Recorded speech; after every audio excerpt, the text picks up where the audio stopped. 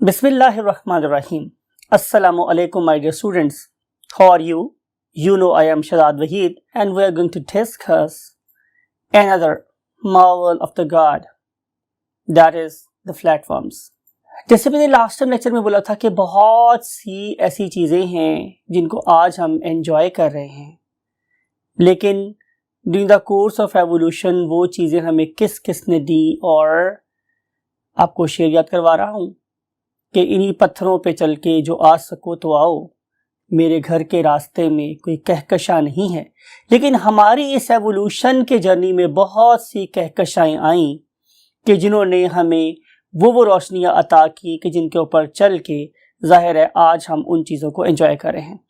ये चीज़ें क्या क्या थी, हमें कब कब कैसे कैसे मिली, अंडरस्टैंड करने के लिए चलते हैं व्हाइट बोर्ड पे।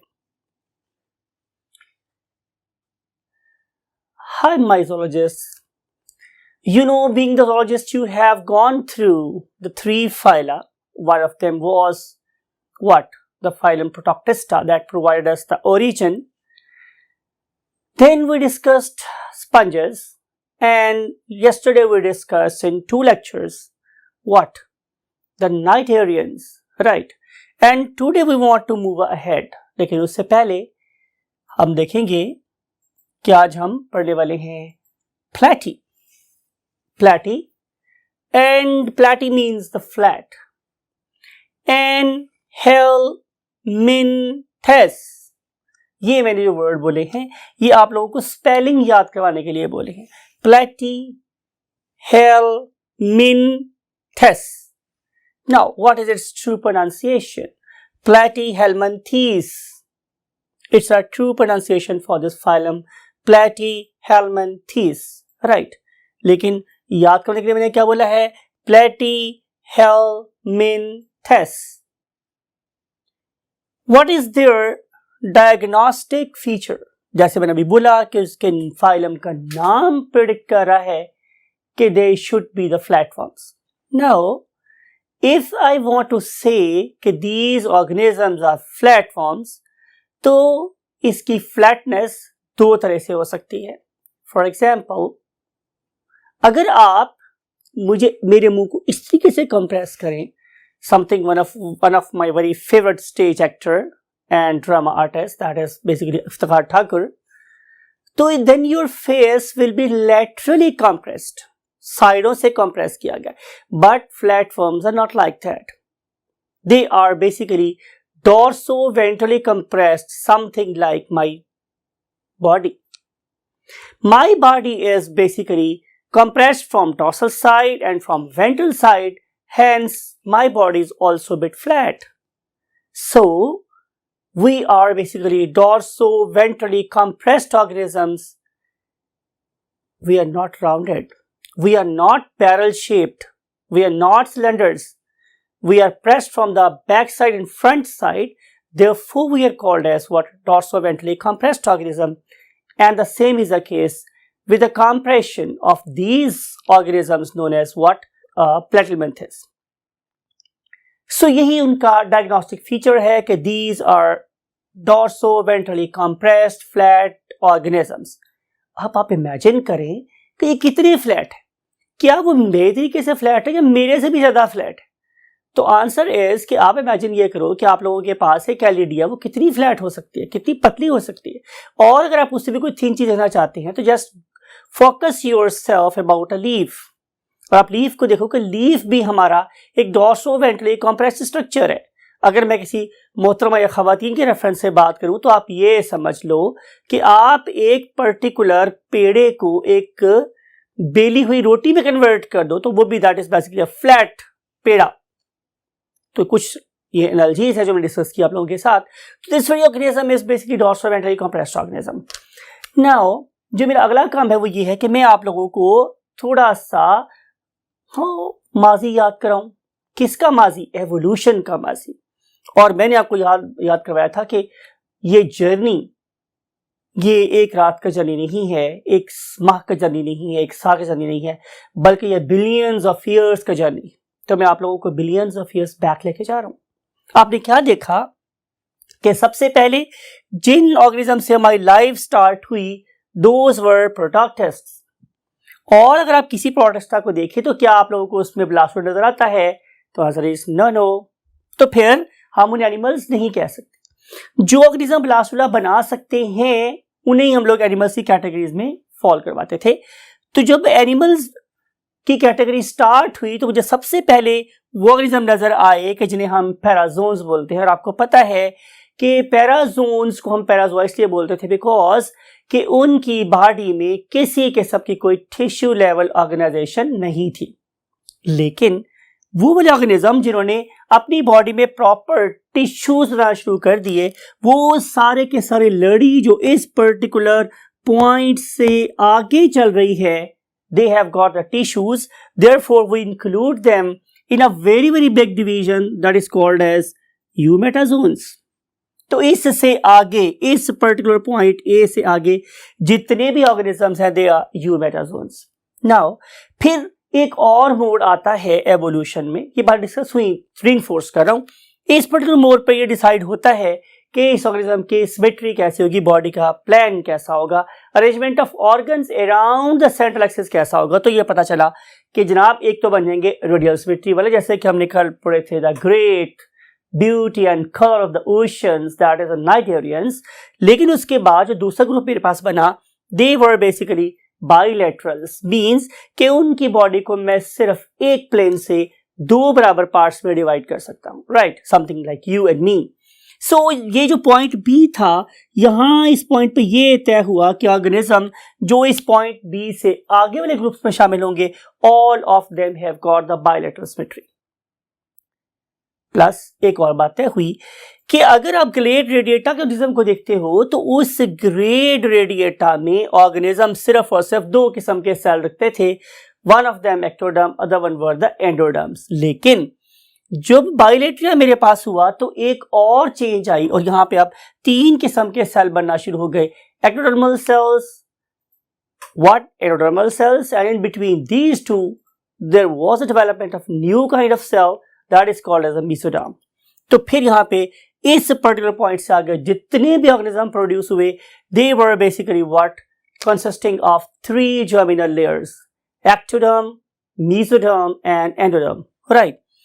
फिर हम चलते हैं इस पर्टिकुलर पॉइंट पे जिसे हम पॉइंट सी बोल रहे हैं। ये एक और एवोल्यूशन में बहुत इंपॉर्टेंट पॉइंट था जिससे मैंने अभी डॉट लगाया है, एरो लगा के बाहर भी निकाल लेते हैं, दैट वेरी सी पॉइंट।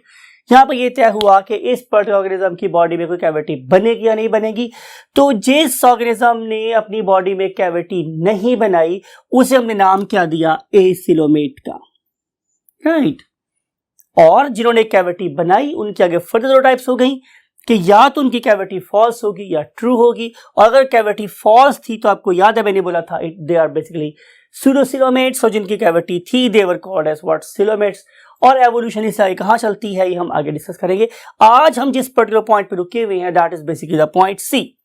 और इस पर्टिकुलर पॉइंट सी तक पहुंचने के लिए हजारों लाखों साल जिंदगी इवॉल्व होती रही, राइट। सो देखते हैं कि इस पर्टिकुलर ऑर्गेनिज्म की या इस पर्टिकुलर ग्रुप की एवोल्यूशनरी स्टेटस क्या है। So look at this, if we look at the cellularity, so these organisms are basically multicellular. These organisms are multicellular, right? And if you look at their tissue level organization, so yes, they have got the tissues. So tissues are present. We can place a good over here. And these organisms, those have got the tissues are called as eumetazoa. So these are eumetazoa.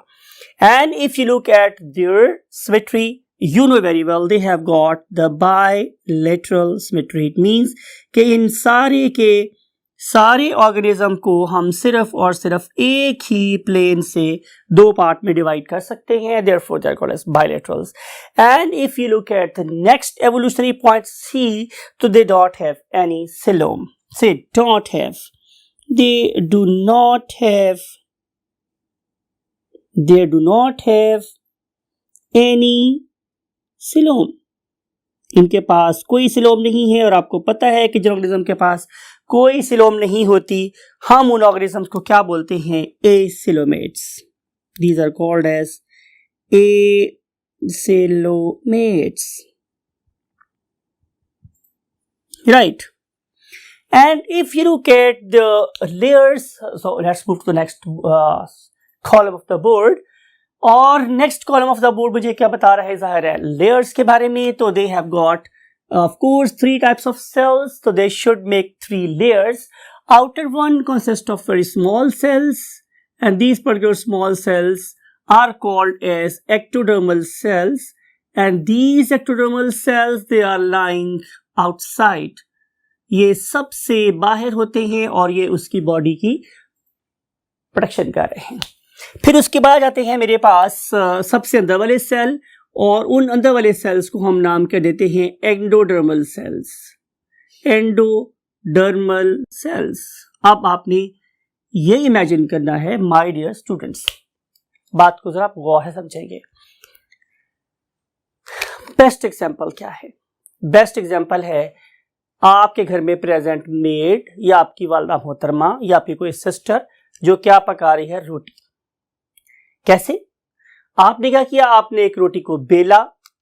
जब आपने उस particular रोटी को बेला तो उसके अंदर कोई space नहीं था, लेकिन जब आपने उसको पकाना शुरू किया उस पर्टिकुलर तवे के ऊपर डाल के, तो क्या हुआ, अगर कोई बहुत अच्छी मतलब मैन्युफैक्चरर ऑफ द ब्रेड है तो आप देखेंगे कि वो 2 लेयर्स को बिल्कुल सेपरेट कर लेती. When 2 layers are basically separating from one another, तो we use a term for it that is called as a delemination. 2 layers दूसरे से जुदा कर देना, 2 layers को दूसरे से जुदा कर देना कहलाता है delemination. तो जब हमने delaminate किया तो जो हमारी चपाती थी उसकी 2 layers बन गई, एक ऊपर वाली और एक नीचे वाली. यही वाला काम यहां पर भी हुआ during the course of evolution. In particular 2 किस्म के सेल्स के दरमियान में एक तीसरी किस्म के सेल बन गए जिनका नाम क्या था, मेसोडर्मल सेल्स. लेकिन माय डियर स्टूडेंट्स, आपने ये बात याद रखनी है कि जब लैमिनेशन हो रही थी तो चपाती की दरमियान में कैविटी क्रिएट नहीं हुई, बल्कि उस पर्टिकुलर कैविटी को थॉरली फिल कर दिया एक खास किस्म के सेल्स जिनका नाम मेरे पास क्या था, मेसोडर्मल सेल्स. ठीक है, तो चूंकि आपको पता है कि यहाँ पे the cavity was totally taken up by the mesodermal cells, therefore these particular organisms they are acoelomate despite of the fact that they have got 3 types of cells. And now we want to move to the next thing, and that is called the size. तो जो size है ज़ाहिर है वो मेरे पास microscopic से लेकर, ये बहुत छोटे भी हो सकते हैं, माइक्रोस्कोपिक से लेकर quite large, maybe meters long, ऐसा भी हो सकता है. और मीटर्स लॉन्ग ऑर्गेनिज्म की जो बेस्ट एग्जांपल है none other than the tapeworm. So this is a huge organism that belongs to this particular group. And now we want to move to the next concept, that is the food and nutrition. ये organism क्या खाते पीते हैं? तो बात ये है my dear students कि हमारे पास न्यूट्रिशन की बेस पर इन पर्टिकुलर प्लैटिहेल्मिंथेस के मेंबर्स की 2 टाइप्स हैं. one of them are called as free living. Whenever we say free living, इसका मतलब है कि ये अपनी फूड खुद कलेक्ट कर रहे हैं और they are living independently in an ecosystem. On the other hand, जो मेरे पास दूसरी किस्म के organisms हैं, they are called as cruels, जालिम, क्योंकि ये parasites.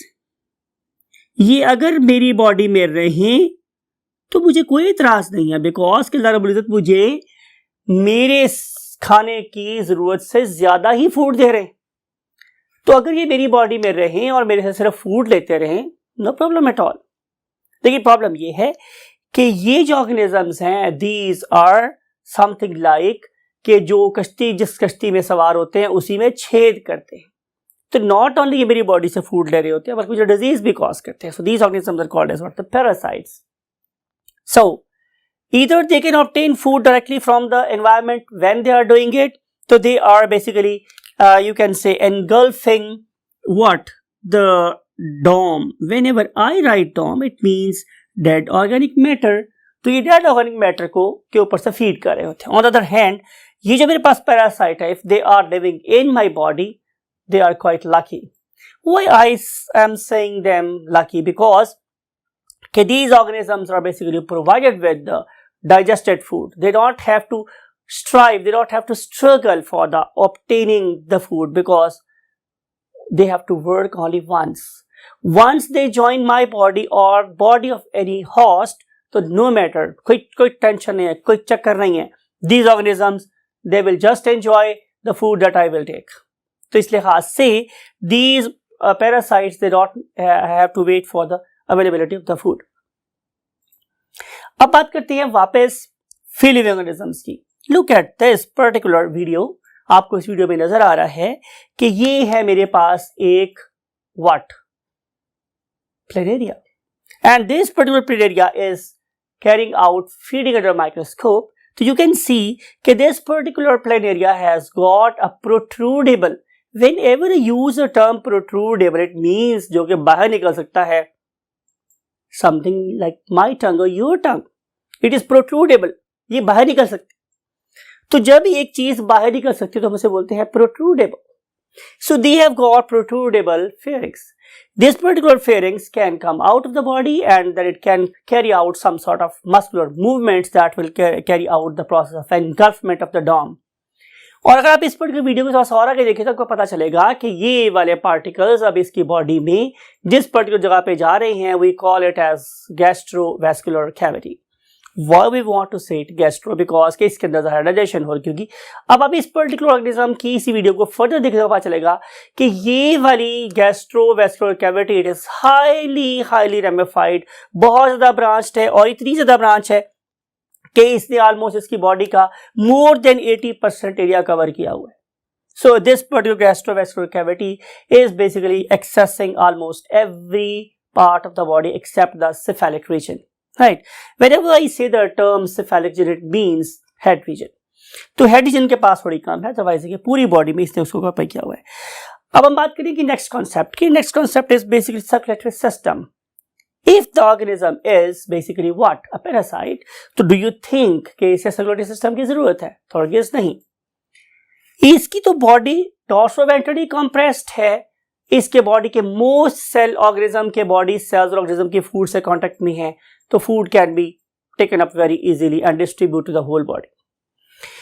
फिर चूंकि इसका जो डाइजेस्टिव सिस्टम है वो बहुत ज्यादा रेमिफाइड है, बहुत ज्यादा ब्रांच्ड है, तो उसको कोई प्रॉब्लम नहीं है. अगर फूड डाइजेस्ट भी हो गई तो भी, नहीं हुई तो भी, तो ऑलमोस्ट उसकी बॉडी के 80% एरिया में वैसे ही अवेलेबल है.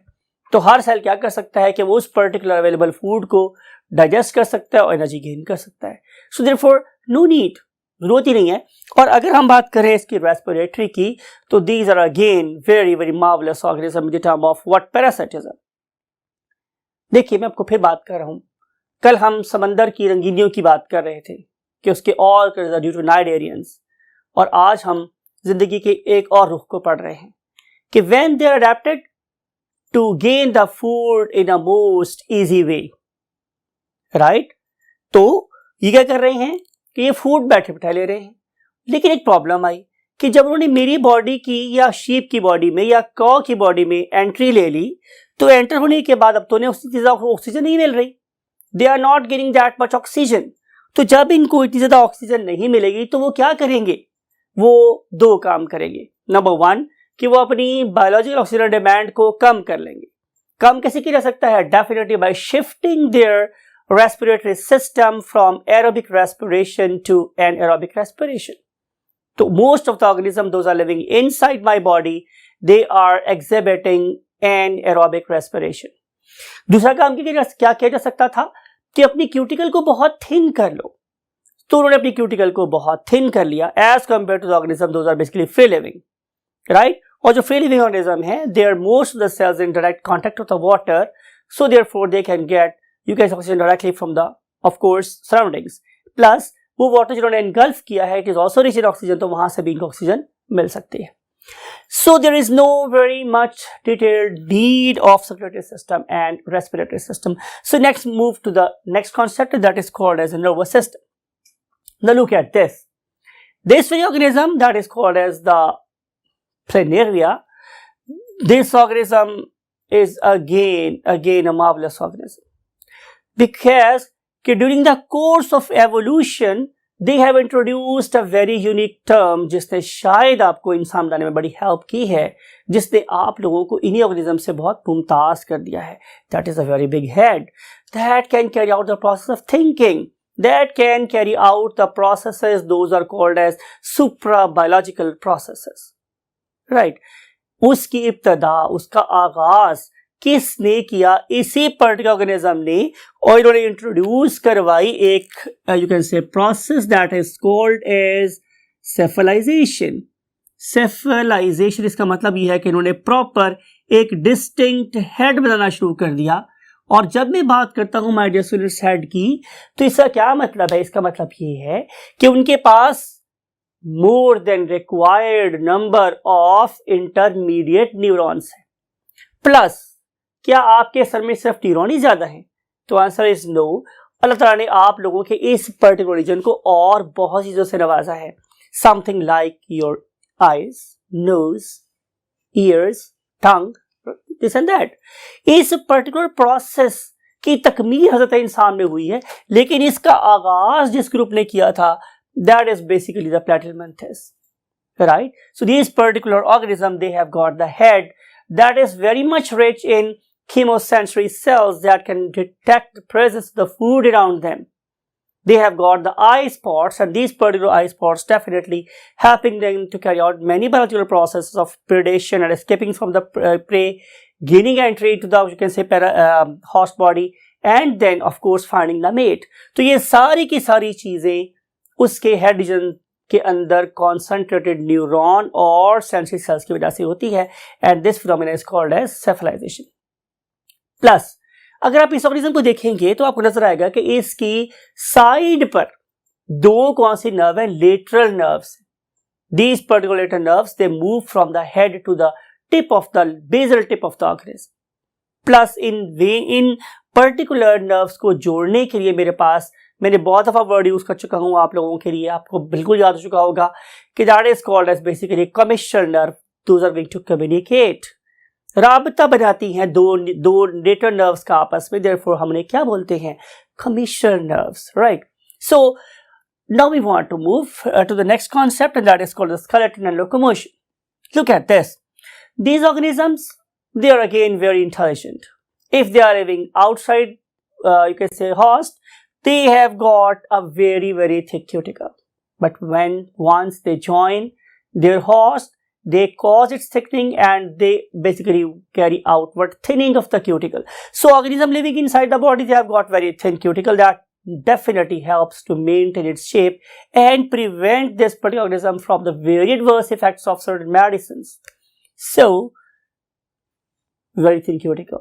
They lack any sort of locomotor organs because they don't need it. Why? They are living in my body. They just have to stuck themselves, or they have to adhere themselves with my intestine or with my body. So for this purpose, they have got few structures, something like hooks, something like suckers, something like other barbs, anchors of you can say organs, but they don't need any sort of locomotion, right? So locomotion is possible only and only in free living organisms. Look at this. Okay, this particular plate area, it has got cilia on the ventral side only. There is no dorsal. You can say cilia, and these particular cilia definitely they help the organism to crawl on the dome, and you can say spread its pharynx, its muscular pharynx, protrudable pharynx to get the food from the surroundings. Now we want to move to the reproduction. Last concept of the day. What is meant by reproduction? Again, बार-बार आपसे बोल रहा हूं, अपने जैसा organism और produce करना क्या कहलाता है? रिप्रोडक्शन. रिप्रोडक्शन अगर ना होती तो शायद इस पर्टिकुलर जमीन पे जिंदगी बहुत छोटी से टाइम के लिए अपेयर होती और फिर वैनिश हो जाती. It is reproduction that basically ensures the continuity of the species and races on the face of earth. So reproduction is must for most of the organism of that particular species.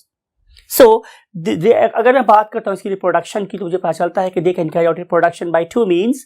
Look at this. One of them is called as asexual reproduction, or in case of asexual reproduction, we have to have only one organism. और इसके sexual reproduction का जो सबसे common वे है वो क्या है? That is called as regeneration. Regeneration. Regeneration.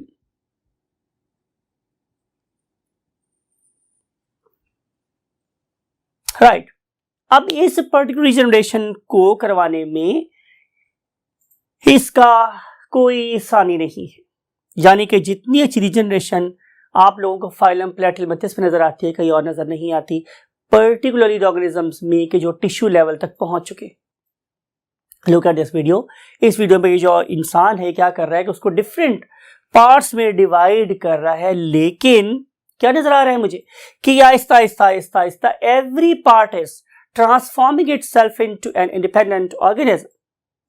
एक ऑर्गेनिज्म था, उसके बड़े पार्ट्स कर लिए और सारे पार्ट्स ऑर्गेनिज्म में ट्रांसफर हो गए या ट्रांसफॉर्म हो गए. मूवी देखी होगी आप लोगों ने ट्रांसफॉर्मर, तो ये ट्रांसफॉर्म हो गए. बात एक सवाल ये है, ये ऐसा कैसे कर लेते हैं? तो इसके लिए आप लोग इस पर्टिकुलर इमेज को देखिए.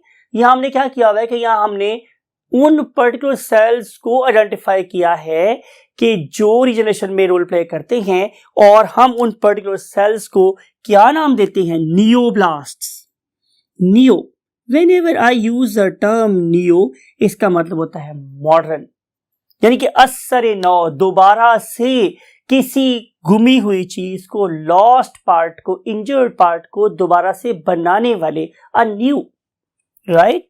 Blast means cells. So these particular neoblasts, they are, look at this image again. आपको नजर आ रहा है कि हमने फ्लोरेसेंट डाई से इन पर्टिकुलर सेल्स को ट्रेस किया तो पता चला कि they are almost uniformly distributed in the body, plus they are not concentrated in the cephalic region, but they are existing over there as well. Therefore अगर मैं इसको इस पर्टिकुलर रीजन से कट करता हूं जो हेड रीजन के बहुत पास है, तो रीजनरेशन का रेट कम होता है. लेकिन अगर मैं इसको सेंटर से कट करता हूं तो डेफिनेटली रीजनरेशन रेट बहुत ज्यादा रैपिड हो जाता है. And other way of reproduction is, yes you are right, that is called as a sexual reproduction. और अगर मैं बात कर रहा हूं सेक्सुअल रिप्रोडक्शन की, तो यू नो कि we have to have organisms of two different genders, but in this case it is not true. Most of the members of Platy, they are hermaphrodite. Whenever I use the term hermaphrodite, इसका मतलब ये है कि these organisms, they have got both sex organs in the same individual. Right, they have got the testes, they have got the ovaries, and they are lying in the same organism. Plus, look at this diagram. Oh my God, they have got lot more ramified testes and lot more ramified ovaries. The only reason is they want to produce a huge number of sperms and eggs. Why it is so? Because these organisms, they want to make huge number of zygotes. They want to make huge number of larvae so that the chances of survival may be there. Because की गुजर का उसूल ये है कि जो चीज ज्यादा जाया होती है उसके कॉम्पनसेशन के लिए उसको उतना ज्यादा प्रोड्यूस भी किया जाता है. So that's why nature has blessed them with huge, you can say, reproductive organs that can produce enormous number of sperms and enormous number of eggs. Although they are hermaphrodite, but they prefer to carry out cross-fertilization, right? And that's it for today. लेकिन ये बात जरूर याद रखिएगा कि इनमें बहुत ऐसी स्पीशीज भी हैं कि जिनके अंदर मेल ऑर्गेनिज्म सेपरेट है और फीमेल ऑर्गेनिज्म सेपरेट है. छोटा सा होमवर्क आपके ऊपर छोड़ के जा रहा हूँ कि कभी इंटरनेट यूज करें तो ये भी देखिएगा कि प्लेटी के वो कौन कौन से मेंबर्स हैं कि जो प्योर मेल हैं और प्योर फीमेल है. इसी एक थॉट पॉइंट के साथ मैं चाहूँगा आप लोगों से इजाजत, और हमेशा की तरह आपसे कहूँगा कि अपना और अपने इर्द गिर्द के लोगों का, पर्टिकुलरली अपने पेरेंट्स का बहुत ख्याल रखिएगा, उन्हें बहुत खुशियाँ दीजिएगा, क्योंकि खुशी हमेशा देने से बढ़ती हैं, फैलाने से बढ़ती हैं. आई वॉन्ट टू से यू बाय बाय, अल्लाह हाफिज़.